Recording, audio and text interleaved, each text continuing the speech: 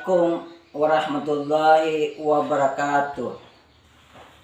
Alhamdulillahirabbil alamin. Wassalatu wassalamu ala asrafil anbiya'i wal mursalin Sayyidina Muhammadin wa ala alihi washabihi ajma'in. Sahabat yang budiman, selamat berjumpa kembali dengan saya dalam acara yang sangat spesial ini di channel Dr. Ari Tulung. Kali ini kita akan membahas sedikit trik atau cara agar permohonan cerai maupun gugatan cerai itu dicabut di pengadilan. Konten ini saya angkat karena beberapa waktu yang lalu ada ibu-ibu yang bertanya kepada saya, apakah boleh gugatan perceraian atau permohonan perceraian kalau di PA ya itu dicabut atau dibatalkan atau ditolak oleh pengadilan. Sahabat yang budiman, berhubung dengan pertanyaan ini, pada dasarnya gugatan perceraian ataupun permohonan cerai itu di pengadilan memang lebih banyak dikabulkan. Jadi sangat jarang permohonan tersebut maupun gugatan tersebut ditolak oleh pengadilan, tapi kebanyakannya itu diterima oleh pengadilan. Ya, kalau bisa dihitung kalkulasinya 80% sampai 90% permohonannya atau gugatannya itu pasti akan dikabulkan oleh pengadilan. Begitu ya, kemungkinan. Namun dalam hal ini tidak menutup kemungkinan sahabat yang budiman, permohonan cerai maupun gugatan cerai tersebut itu bisa saja ditolak oleh pengadilan. Ya. Jadi kemungkinan besar, jadi yang 20% atau 10% itu bisa, ya. Mohon bukan kemungkinan besar, kemungkinan kecil ada memang peluang. Ada peluang supaya gugatan ataupun permohonan cerai itu tidak dikabulkan oleh pengadilan. Nah, yang mana 10% atau 20%-nya itu? Ya. Silakan simak video ini sampai tuntas. Sahabat yang budiman, pada umumnya gugatan cerai ya atau permohonan cerai baik yang dilakukan oleh suami maupun istri ke pengadilan agama kalau beragama Islam maupun ke pengadilan negeri kalau non muslim itu 90% atau paling kecil 80% diterima oleh pengadilan. Jadi kemungkinan besar untuk dikabulkan itu sangat besar. Nah, tapi dalam hal tertentu ya bisa juga ada pula kemungkinan bahwa permohonan cerai itu ditolak oleh pengadilan. Jadi misalnya kalau laki-laki yang mengajukan cerai kepada suaminya, ya, kalau dalam pengadilan agama kita kenal dengan cerai talak, ya. Jadi kalau cerai talak, laki-laki yang bermohon ke pengadilan supaya meminta cerai.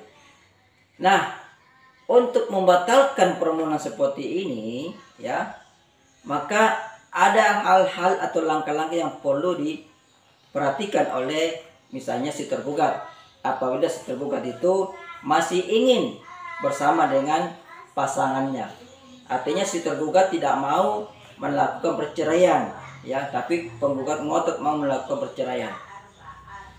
Sahabat yang budiman, di dalam permohonan cerai, ya, biasanya yang menjadi dalil diajukannya permohonan cerai itu salah satunya adalah karena para pihak suami dan istri itu, baik pemohon maupun termohon itu sudah tidak ada lagi keakuran atau keromantisan dalam rumah tangga. Jadi sudah tidak lagi kerukunan dalam rumah tangga. Bahkan di dalam permohonan itu biasa disebutkan bahwa antara pemohon dan termohon itu sudah lama tidak tinggal serumah. Dengan kata lain, sudah lama tidak melakukan hubungan badan. Nah, celah ini apabila istri yang menjadi tergugat, maka itu bisa digunakan sahabat yang budiman. Bagaimana supaya celah ini hilang? Maka bisa dilakukan dengan cara istri membujuk suaminya membujuk suaminya supaya mau melakukan itu lagi, ya.